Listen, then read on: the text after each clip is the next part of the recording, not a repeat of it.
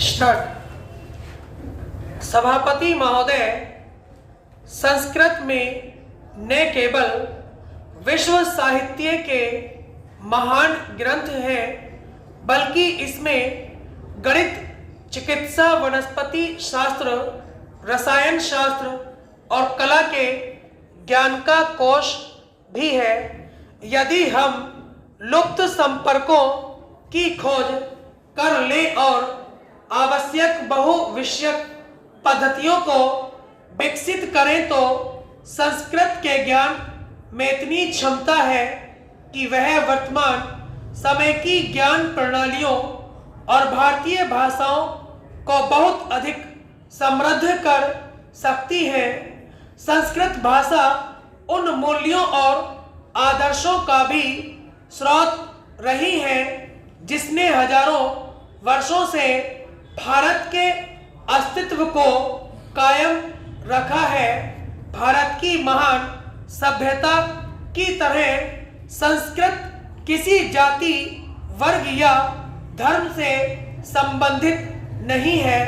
यह एक ऐसी संस्कृति का प्रतीक है जो संकीर्ण और भेदभावपूर्ण नहीं है और खुली, सहिष्णु तथा सर्वसमावेशी है। स्वतंत्र चिंतन करने वाले ऋषि मुनि और विचारक जिन्होंने वेदों और उपनिषदों में अपनी दूरदृष्टि और दर्शन की व्याख्या की, वे अपने जीवन और दर्शन के प्रतिकूल पक्षों में भी संतुलन कर सकते थे। उदारवाद और सहिष्णुता की यही भावना है जो संस्कृत में निहित है और जिसे हमें अपने आज के जीवन में अपनाना चाहिए। भारत के प्राचीन ऋषियों मुनियों का विश्व एक परिवार है का संदेश आज के विश्व के लिए भी बहुत महत्वपूर्ण है।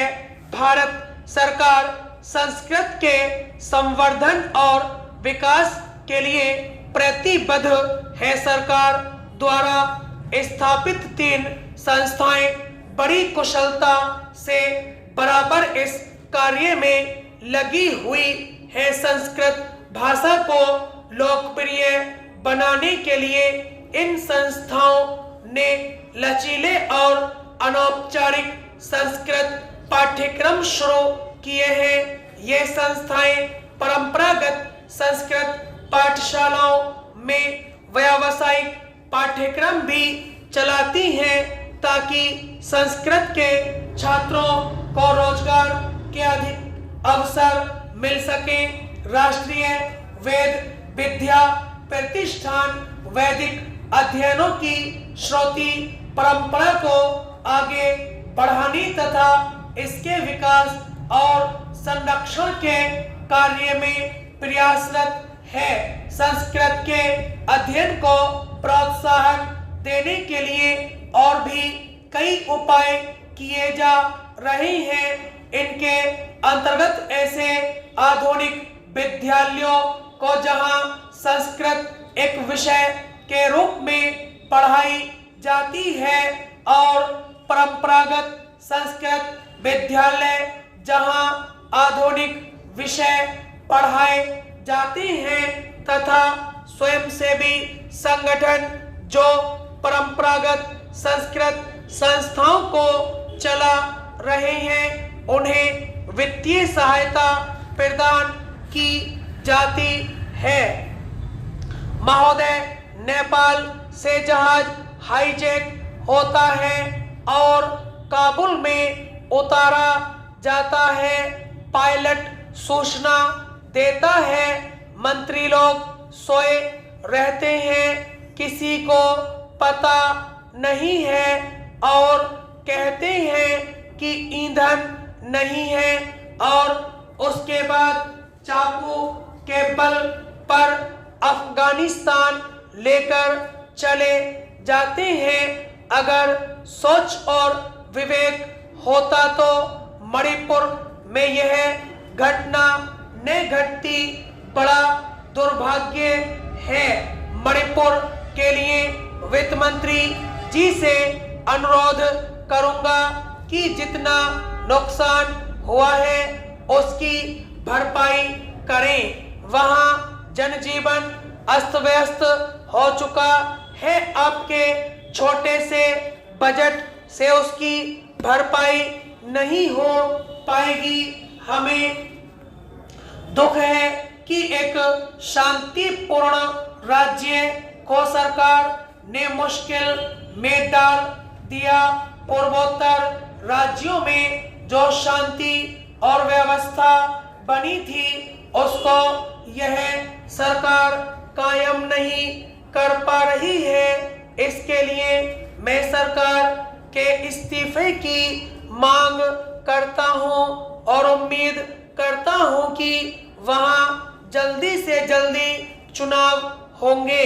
यह सरकार अगर इस्तीफा दे दे तो नागालैंड और मणिपुर की समस्या को जल्दी हल किया जा सकता है। मुझे उम्मीद है कि सरकार वहां की समस्या को बढ़ाती जाएगी, हल नहीं कर पाएगी। इन्हीं शब्दों के साथ मैं अनुरोध करता हूं कि मणिपुर में शीघ्र से शीघ्र शांति और व्यवस्था कायम की जाए और सरकार अपनी गलती को माने कि उनकी सोच में कमी रही है, उनकी नीतियां सही नहीं रही हैं। ये हंगामा तो हर जगह करा देते हैं, उत्तर प्रदेश में आग लगा देते हैं, कभी राम के नाम पर कभी किसी और के नाम पर। मणिपुर में इस स्थिति की जिम्मेदारी भी केंद्र सरकार की है।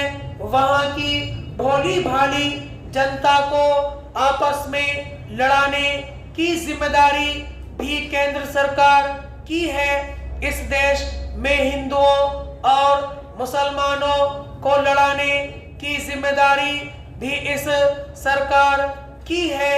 मैं एक प्रार्थना और करना चाहता हूं कि इन दिनों गलतफहमी के कारण जो नागा लोग मणिपुर के निवासी हैं, मणिपुर के कुछ इलाकों के रहने वाले लोग हैं, वे एकदम घर बार छोड़कर डर के मारे शरण स्थलों पर चले गए हैं या अन्य जगहों पर जाकर उन्होंने शरण ली है। मैं कहना चाहूंगा कि अब वहां शांति स्थापित हो गई है, वहां का वातावरण सुधर गया है। उन्हें उनके घरों को वापस लौटाया जाए ताकि वे समझ सकें कि हम मणिपुर में सुरक्षित हैं और नागालैंड में जो अलगाववादी तत्व है उनका उद्देश्य पूरा न हो सके और वहां की जनता समन्वय के साथ रह सके। इस प्रकार का प्रयास इस राष्ट्रपति शासन में होना चाहिए। स्टॉप।